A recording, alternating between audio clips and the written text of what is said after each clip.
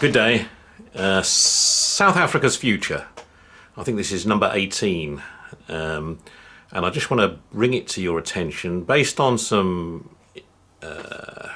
information I've been receiving from various people in South Africa and from other people in the world, and also to respond to Theresa May's visit to Africa as well very recently. I think it's important that you get my take on that. But really, the main reason is to actually share a video with you that has just recently been published by Stefan Molyneux, a Canadian, who's some of you will know his work, his reports on various subject matter, and he's been relatively vocal on South Africa over the last year. And he's actually originally from Ireland, born in Ireland, and educated in the UK. But he is now a Canadian, and he lives in Canada.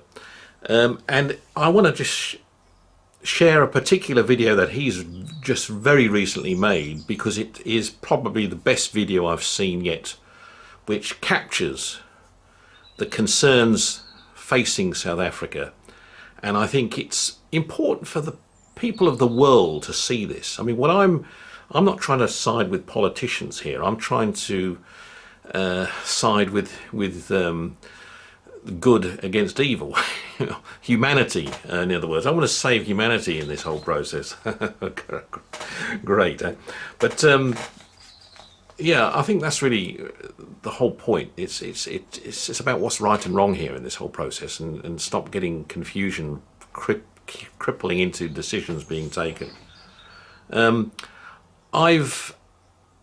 of all, let's talk about Theresa May and her visit to Cape Town very recently. A lot of snide remarks come through on my channel about my Prime Minister going there and offering more money to Cyril Ramaphosa, and is she visiting some of the farms that are going to be seized with the minerals on them, and is it all going to Britain and everything else? Well, which is rubbish, quite honestly. Let's first of all talk about Theresa May's position. Theresa May, yes, she is Prime Minister, but she hasn't got the support of majority of British people. I can say that quite categorically. And she hasn't got the support of her full cabinet in government, quite honestly. And she has enough on her plate at the moment, there's no doubt about that, with how she's contending with Brexit. And yeah, I mean, the move to her trip to Africa is all political. It's political to show, as much as anything, us in the UK, look, this is, we are going to be working towards doing more in Africa once we're out of the EU and the EU don't want to trade with us. Crazy thoughts. But I mean, it's all political positioning, and it's not anything serious. And certainly she's not there to pal up with Cyril Ramaphosa. That's the first thing. And look, she doesn't get my vote anyway. Certainly doesn't get my vote. When it comes to Cyril Ramaphosa, yeah, based on the way he's been behaving and positioning himself, again, as a politician for votes, he wouldn't get my vote either if I was a South African citizen. But that doesn't mean I can't have a certain amount of respect for him and like him, having met him. I think, I know he's in a difficult position, and I know he's got a difficult, very difficult, impossible process to work through. And there's let's be clear, there's no political leader who can sort the South African problem out at the moment and make everybody happy. No one. Okay, hence why this video I'd like to share. I think it's a video which has captured the whole point about South Africa very well, very clearly, very concisely. He's summarised everything that I've talked about in the last 18 videos, quite honestly. And I'm sending it out because I think it's important for people who are outside South Africa, who don't fully understand what's going on in South Africa, to to get a good balanced feel for what's going on. I don't think it's going to solve much, but it will make people a little bit more aware of what they're doing.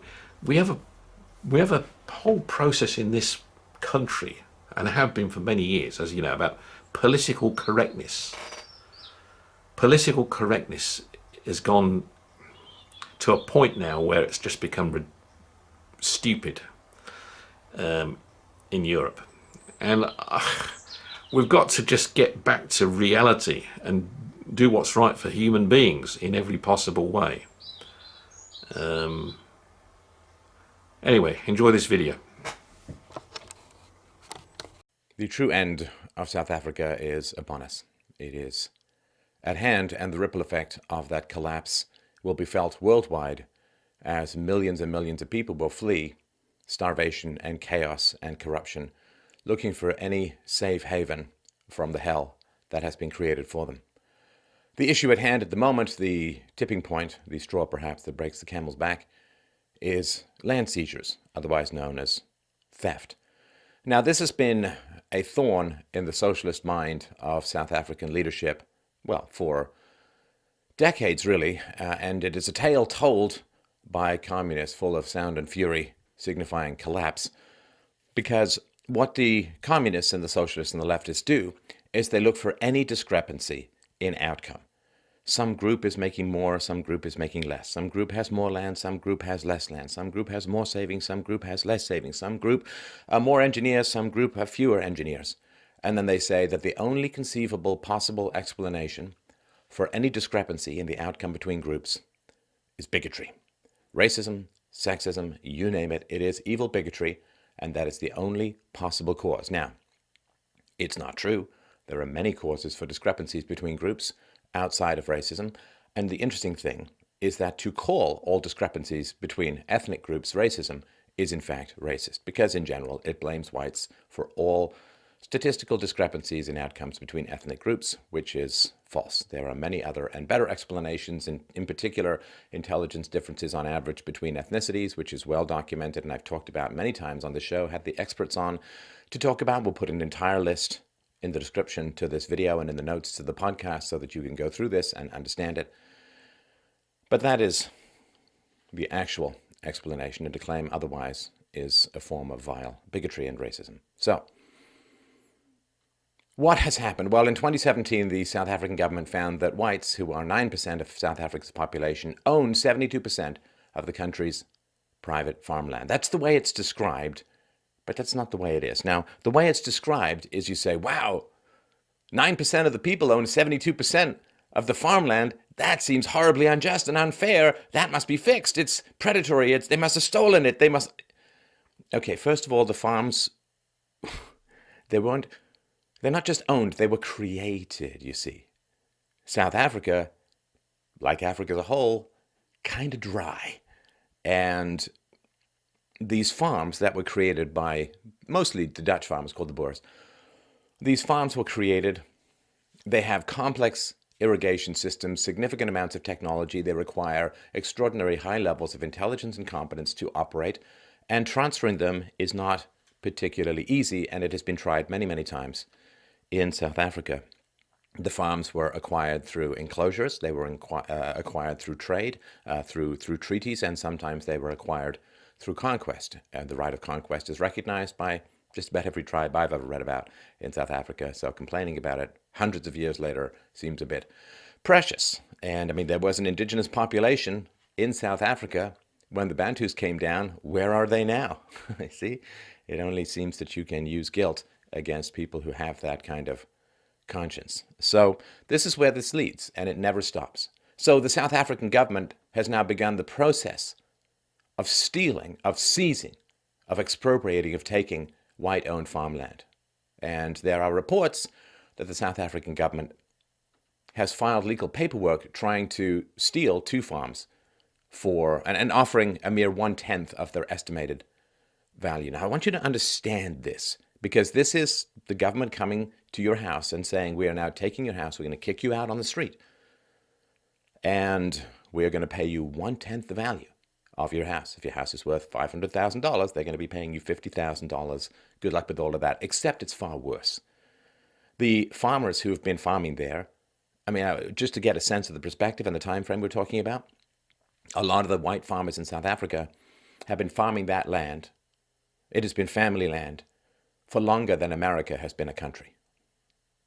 So they're going way back. And each farm, in particular the white farms in South Africa, feeds 3,000 people. Feeds 3,000 people.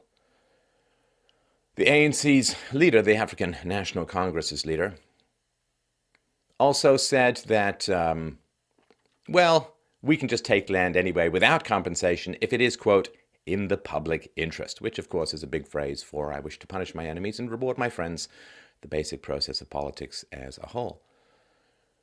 So there's one piece of land that they say, well, it got assessed for $13.8 million in 2011. It's 200 million rand because, well, the rand used to trade at parity to the US dollar, but now, of course, with corruption and malfeasance and debt and a 37% exclamation mark unemployment rate, it's lost its value completely, well, significantly, let's say. So, yeah, it was assessed for $13.8 million, 200 million rand. The government wants to take it for 20 million rand or $1.38 million. Now, they're also saying that they're going to offer this and take the land without the benefit of a court's judgment regarding the land's value. You're supposed to be legally guaranteed that a court is going to determine the value of your land. Now, under apartheid, of course, from the post-Second World War period into the 90s, well, first of all, the population of blacks under apartheid rose 800%. And birth rates in Africa as a whole, South Africa, among the blacks are very, very high.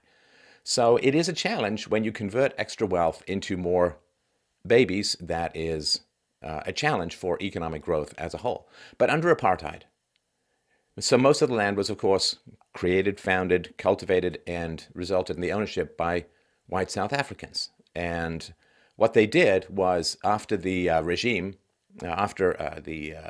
regime fell in the 90s, well, the ANC said, well, we want to transfer at least 30% of the land to blacks. And they got about 10% transferred, but it is a big problem. And so the majority of the agricultural land is still owned by whites. And this is something that drives people who don't understand the other explanations for disparities of outcome between groups. It drives them nuts. But for the average population, it's not an issue. You understand? If you're living in some urban center in South Africa, whether you're black or white, and there's massive amounts of crime, there's massive amounts of corruption, unemployment is huge, rampant, housing is dilapidated, public services are declining or decaying. And according to a 2016 Institute of Race Relations survey, less than 1% of South Africans think that land ownership is one of the country's, quote, serious unresolved problems. Less than 1% of South Africans think that land ownership is not even the most important, it's just one of the important issues. Unemployment, public services, housing, crime, way higher. So it is an invented issue designed to inflame and race bait and create racial tensions and cause problems, and it is going to be a complete and absolute and total disaster, as we saw before in Zimbabwe, which we'll get to in a moment. And the transfer of land through other mechanisms has been tried many, many, many times before, and no one has ever analyzed as to why it has particularly failed pretty much every time it's been tried. So after apartheid, the South African government bought land and then offered compensation to South Africans, the blacks in particular, whose property they said had been seized after 1913. And they said, well, you can have the land if there's evidence that your land was forcibly seized after 1913, you can have the land back or you can have money. And the vast majority of the blacks said, we don't want the land, we just want the money. Now, of course, the money is probably gone, the land lies fallow, and so on. In the 90s, black South Africans also received grants and subsidies to buy land. And what happened? Well, a lot of overcrowding, poor land use, and the land often ended up lying fallow. Then the government said, oh, we're going to help black citizens buy into large-scale farming. And those who said, great, I'll let the government help me become a massive farmer, well, they ended up in debt and scarcely able to compete. under President Zuma. The government started buying up land for redistribution. And they did this through leases rather than outright property transfers. Didn't work. And we've seen this before in Zimbabwe. Zimbabwe was a very rich country relative to the rest of Africa. Robert Mugabe grabbed land in 2000 and grabbed land without compensation. What does that mean? Well, international investors kind of notice when land is being grabbed without compensation because it means your property rights are not secure. Now, investors can invest anywhere. So why would they go to some place where the government can just up and take your stuff? I mean, it's crazy. So what happens is, with the increased uncertainty in the market, you have to have much higher returns to price in that uncertainty. And if you can't get those higher returns, you simply won't invest. So the international investors, the business community, just don't want to do business there. So in Zimbabwe, 4,500 farms, of course they were mostly white-owned, were stolen, ripped out from under people's feet, and they were given to 200,000 black Zimbabwean families. 4,500 farms stolen and given out, redistributed to 200,000 black Zimbabwean families.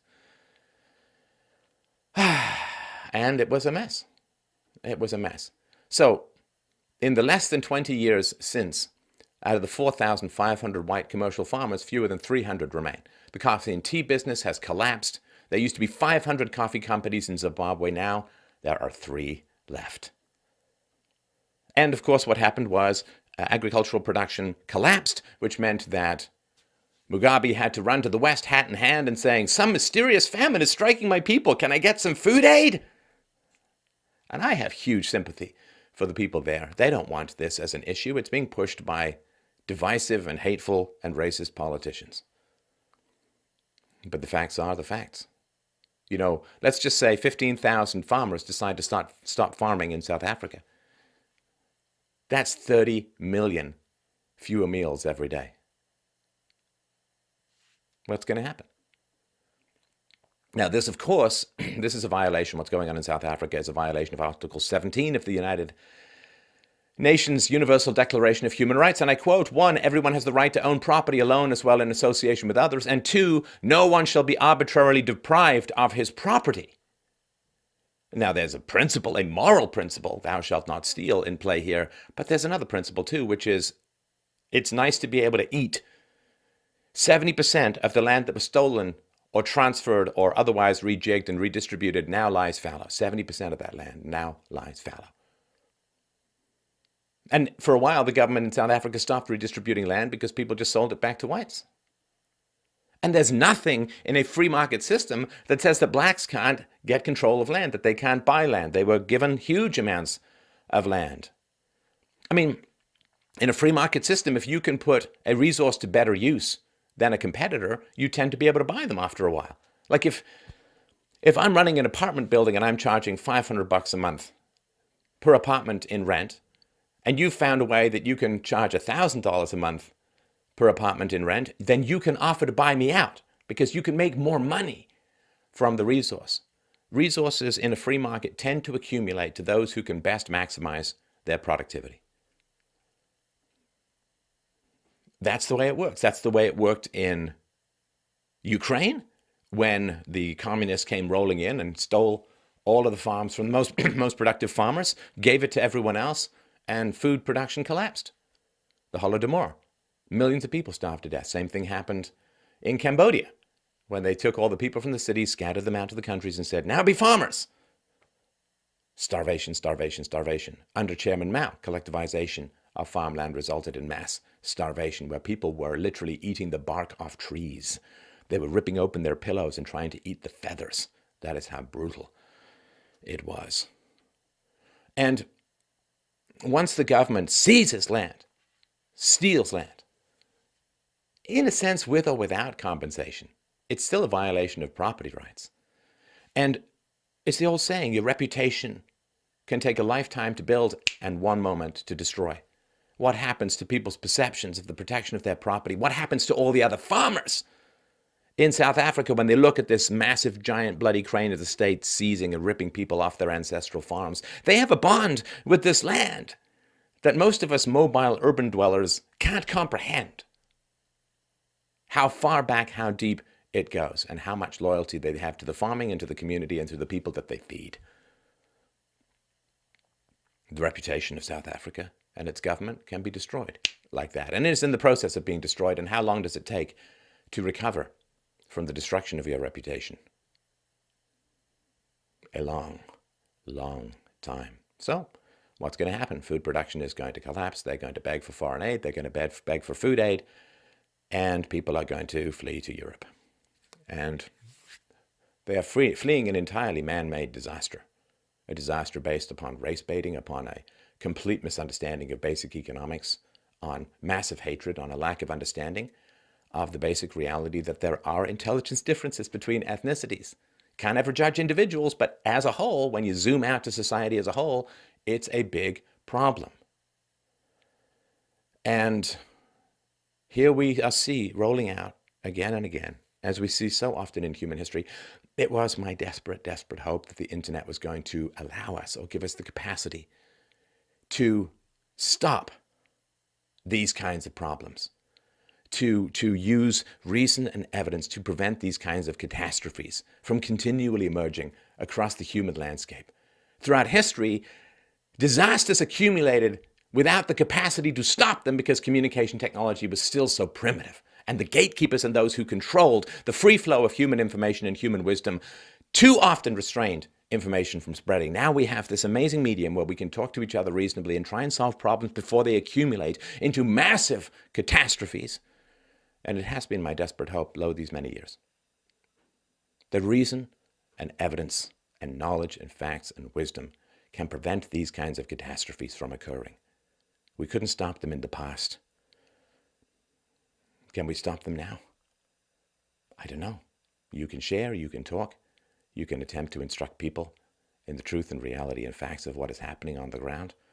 Or we can be politically correct and we can allow millions of people to descend into starvation and chaos and war and flight. And the dominoes can be set in motion from Africa to the rest of the world. I beg you, please, talk about this stuff with people. Share this information. Let us, for once in human history, strive to solve problems without untold human suffering being our bitter and grim instructor. Hope you found that interesting. I certainly did when I first saw it, and I think it's worth sharing with your friends and colleagues out there. I think it really is. Okay, talk to you again soon. Bye-bye.